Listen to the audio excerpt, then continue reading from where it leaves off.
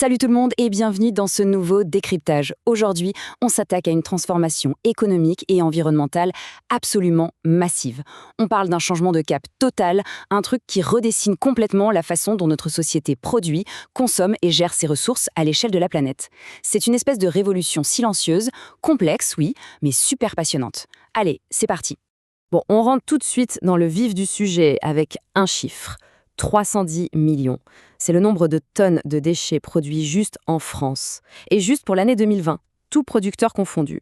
Pour vous donner une idée, ça représente le poids de, tenez-vous bien, plus de 30 000 tours Eiffel. C'est dingue, non? Ce volume colossal montre bien à quel point on épuise nos ressources naturelles partagées. À l'échelle mondiale, l'eau, l'air, les sols, les matières premières, tout est surexploité, parfois même jusqu'à la pénurie. Donc réduire cette montagne de déchets et valoriser ce qu'on a déjà, c'est littéralement devenu une question de survie. Du coup, pour bien comprendre comment tout ça s'articule, on va diviser notre analyse en 4 parties. D'abord, qu'est-ce que l'économie circulaire? Ensuite, pourquoi et comment ça marche?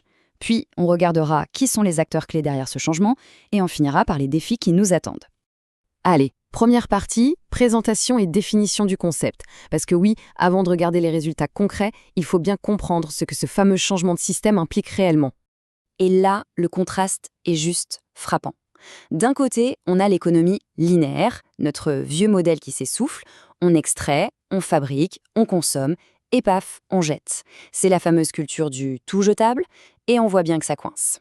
De l'autre côté, l'économie circulaire. Là, le but du jeu, c'est de produire de façon durable. L'idée centrale, c'est vraiment de freiner des 4 fers sur la surconsommation et le gaspillage. Si on écoute l'ADEME, l'optimisation passe par des trucs simples mais essentiels. Réparer, réemployer, recycler. La logique est implacable au final.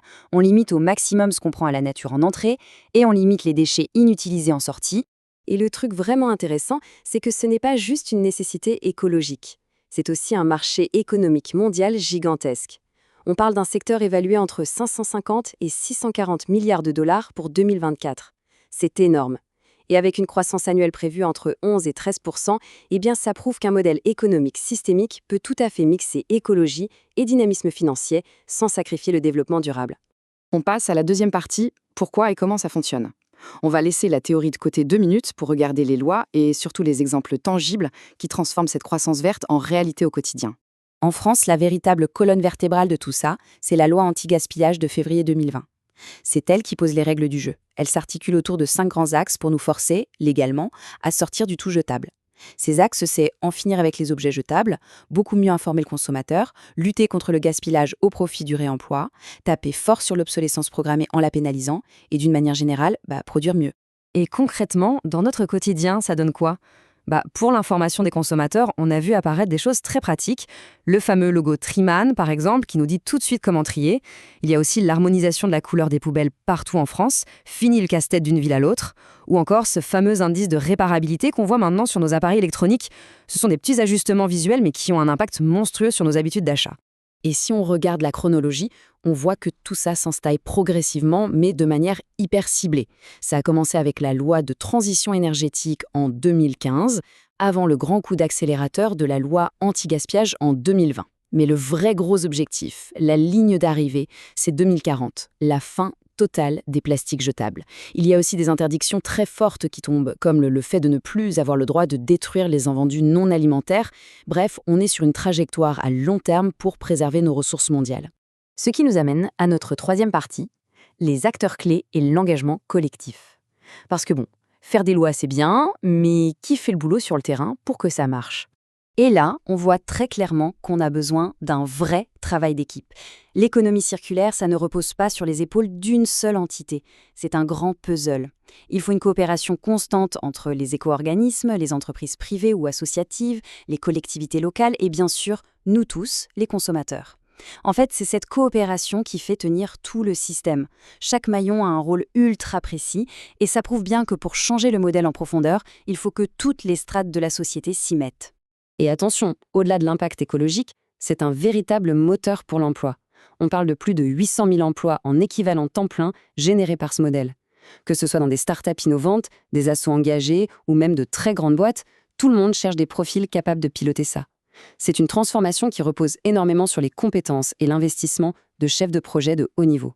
Et comme ce modèle économique est encore en pleine construction, ces responsables de projet, les vrais acteurs de demain, doivent faire preuve d'une sacrée dose de conviction et d'autonomie. La citation ici résume tout à fait leur philosophie. Le succès, il ne se mesure pas juste à la rentabilité immédiate, mais à l'impact réel et positif sur le terrain, sur les habitants et sur l'environnement. Le but de ces équipes, c'est de jongler en permanence entre le respect de la loi, la viabilité de l'entreprise et l'impact local. Allez, 4e et dernière partie de notre décryptage, les défis à venir, parce qu'il reste encore de profonds obstacles conceptuels à franchir pour que cette transition circulaire tourne à plein régime. Le tout premier gros défi, c'est l'éco-conception. Aujourd'hui, on ne peut plus du tout se contenter de dire « Ok, on recyclera ce truc quand il sera cassé ».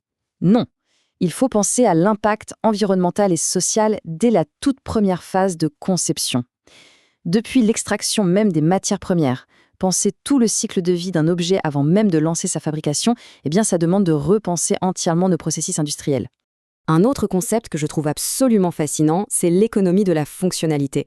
C'est une alternative super puissante qui vient compléter l'économie circulaire classique.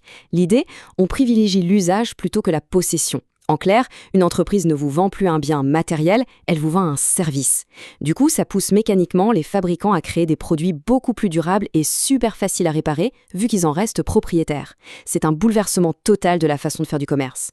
Pour que tout ça marche globalement, il faut aussi ce qu'on appelle l'écologie industrielle et territoriale.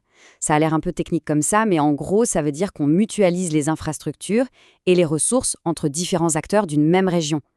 En parallèle, il faut absolument miser sur la consommation responsable.